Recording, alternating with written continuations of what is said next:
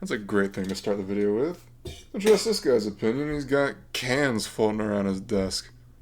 Real slovenly. Real slovenly. Jesus Christ. Oh, damn it, the fan's still on. So, after the last major Nintendo Direct, there's been a lot of people calling Nintendo out.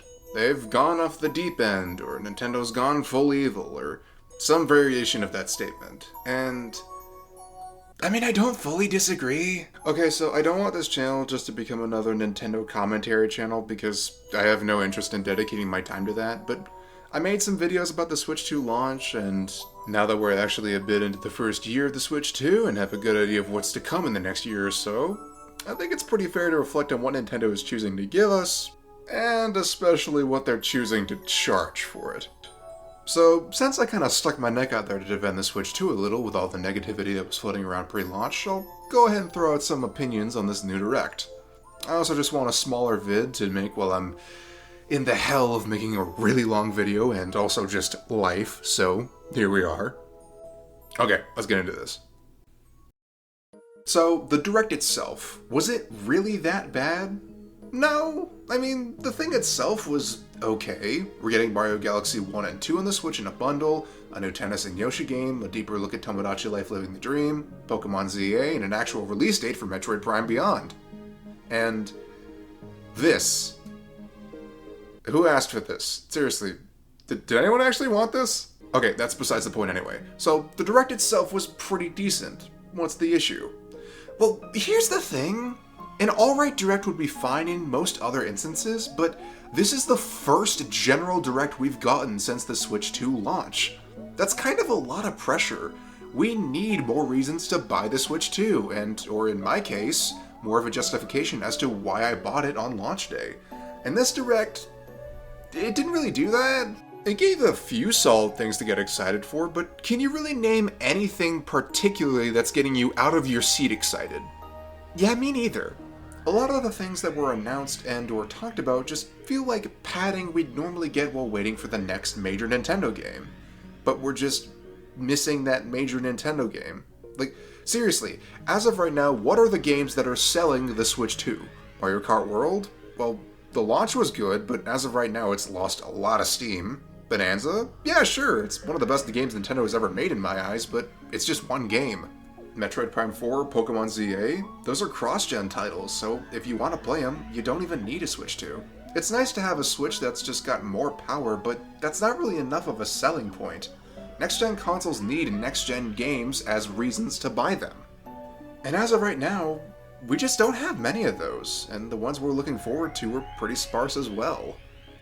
I suppose Nintendo just wants to support the Switch along with the Switch 2 for the foreseeable future, and that is smart considering the sheer amount of Switches in circulation with Nintendo fans.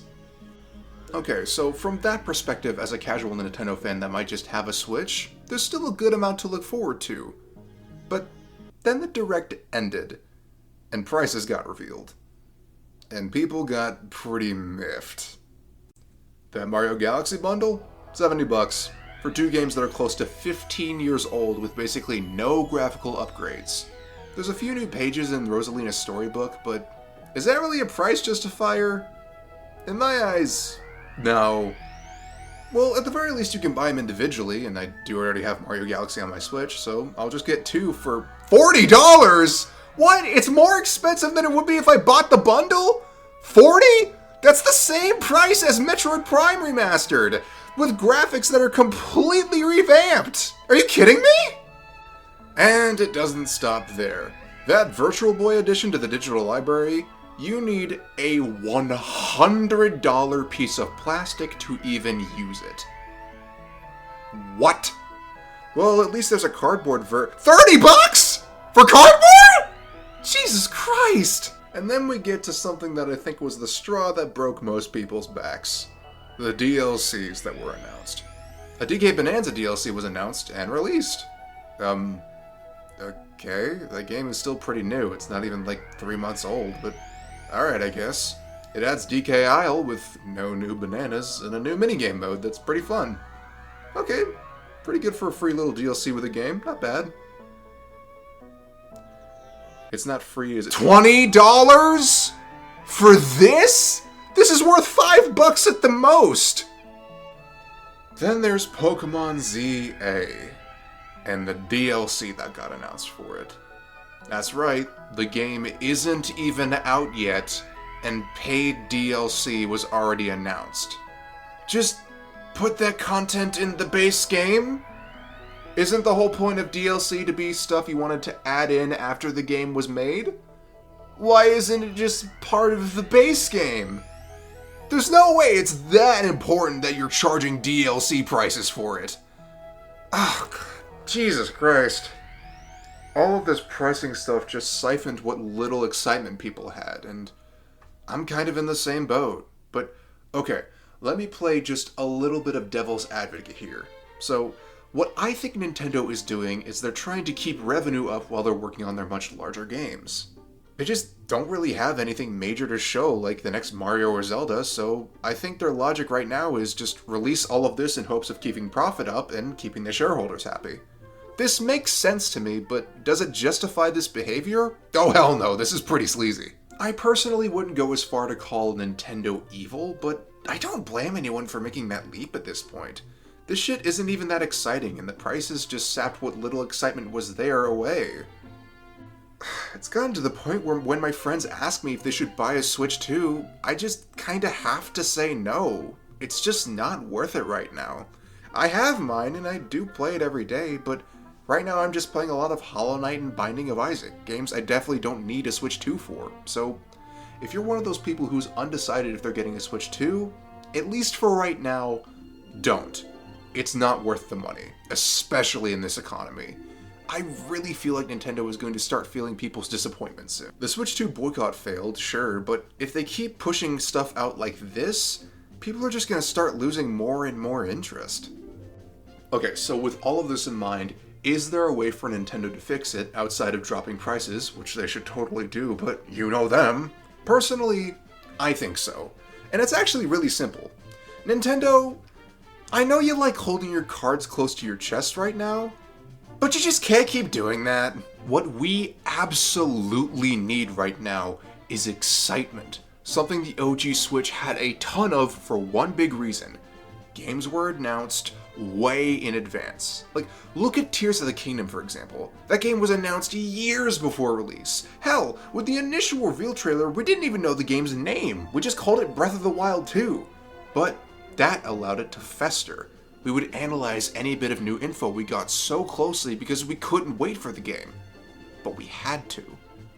And that built a ton of anticipation. Now, take a look at Bonanza. The game came out just a few months after it was announced. It allowed for a lot of hype to build, but imagine if we got a similar tease to Bonanza as we did to Tears of the Kingdom. Just a cinematic with DK and his new design a year or so in advance. People would have lost their shit, and we would be clawing at any new info of the thing. Anticipation would naturally build. Now, I know they probably didn't do this because they didn't want to announce any Switch 2 exclusives before the console was properly revealed, but like, the console's out now. Give us something crazy to be excited for. Just a cinematic of Mario looking over a new world like in that first Breath of the Wild tease. Or a new look at Link for the next major Zelda game. Just a few seconds is all we need. We just want to be excited, damn it. And you're just not really giving us anything to get excited over. There's a few things, sure, but we need to look forward to the next major console exclusive. I know you want to be all mysterious and secretive right now, Nintendo, but you just can't do that right now. You need to keep up the momentum you built with the launch, and you're just not doing that. And I got a feeling you're gonna feel that sooner rather than later. Just give us something, because people like me who bought the console don't really know why we bought it. I'm having fun with it, but not just because of the games you put out, because of various different games that I'm playing on it. We need something. And lower the prices, damn it! Hey, you made it to the end! Hi, this is off script, but hello. This is my, third or fourth video? I think fourth? Maybe fifth. I'm not sure. It's one of my first few videos. But, hey, if you liked it, do all the YouTube stuff. comment, subscribe, and press the hype button. I genuinely don't know what that... I think it helps you circulate through the algorithm, so if you think my video is worth it, do it. I'm not going to be talking about Nintendo much moving forward. That's not really what I want to do. Just wanted to put a few opinions out there, but whatever. But anyway, yeah, I know I've been saying on my community tab that I've been working on the Zelda video, and I wanted that to be my next big one, but that thing has ballooned a good bit. Originally, I thought it was going to be like an hour, and then I thought it would be like an hour 30. It's shaping up to be closer to 2 hours now. That's a lot for a college student who also has a job and is participating in clubs. So, it's going to take a minute. So, I decided to do something else, and let me know what y'all think of this in the comments. I want to start making shorter videos, where I'm going to, like, talk about various games and all that. Like, I got an idea for a Hollow Knight video. Obviously, it's kind of relevant as of right now, because of Silksong. Oh yeah, Silksong is $20. That's as much as the DLC for DK Bonanza.